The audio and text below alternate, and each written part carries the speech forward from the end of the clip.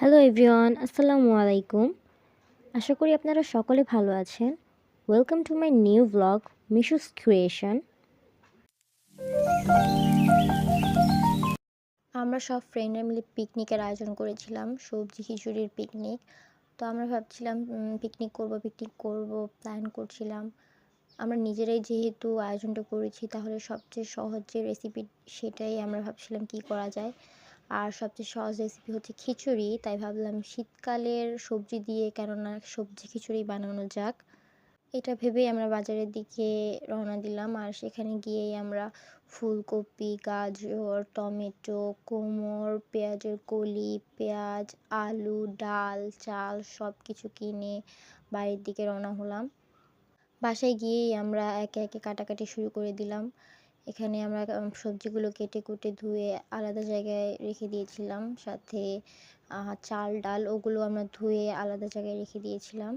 আমরা এই আয়োজনটা করছিলাম বেসিক্যালি আমাদের বাড়ির পাশে যে খালি মাঠটা ছিল, মানে ফাঁকা জায়গাটা ছিল সেখানেই আমরা চুলা বানিয়ে রান্না শুরু করেছিলাম।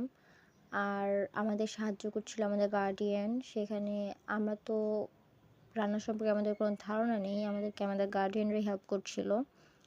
তো এখানে আমরা গরম তেলে আমাদের এক আন্টি পেঁয়াজ, মরিচ, হলুদ গুঁড়ো, মরিচ গুঁড়ো, ধনিয়া গুঁড়ো, গরম মশলা, তেজপাতা সবগুলো দিয়ে নেড়ে ছেড়ে তারপর একে একে চাল, ডাল, সবজি সবগুলো দিয়ে নেড়ে চেড়ে পানি ঢেলে ঢাকনা দিয়ে সুন্দর করে রেখে দিয়েছিল যাতে তাড়াতাড়ি হয়ে যায়। আমরা বেসিক্যালি ডিনার টাইমের জন্য খিচুড়ির আয়োজনটা করেছিলাম যাতে আমরা রাতে খেতে পারি।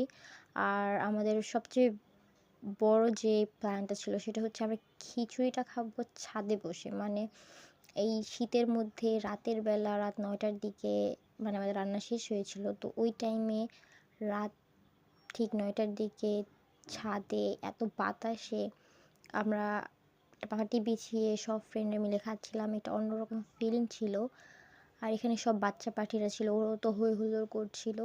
আমাদের ঠিক ১৫ জনের টিম ছিল, মানে আমরা সব ঠিক ১৫ জন ফ্রেন্ড ছিলাম আমরা। আর ১৫ জন ফ্রেন্ড মিলেই আমরা এই আয়োজনটা করেছিলাম। খিচুড়িটা আসলে অনেক মজা হয়েছিল। আর যেহেতু আমরা সব ফ্রেন্ড এফোর্ট দিয়েছিলাম, তাই খিচুড়ি তো মজা হওয়ার কথাই। আর সবচেয়ে বেশি ভালো লেগেছিল ছাদে বসে একসাথে খাওয়ার যে মজাটা, যে ফিলিংসটা ওটা অন্যরকম ছিল। তো এমনি গাইস, আপনাদের সাথে দেখা হবে নেক্সট ব্লগে। আমাকে লাইক, কমেন্ট, শেয়ার দিয়ে পাশে থাকবেন। আল্লাহ হাফেজ।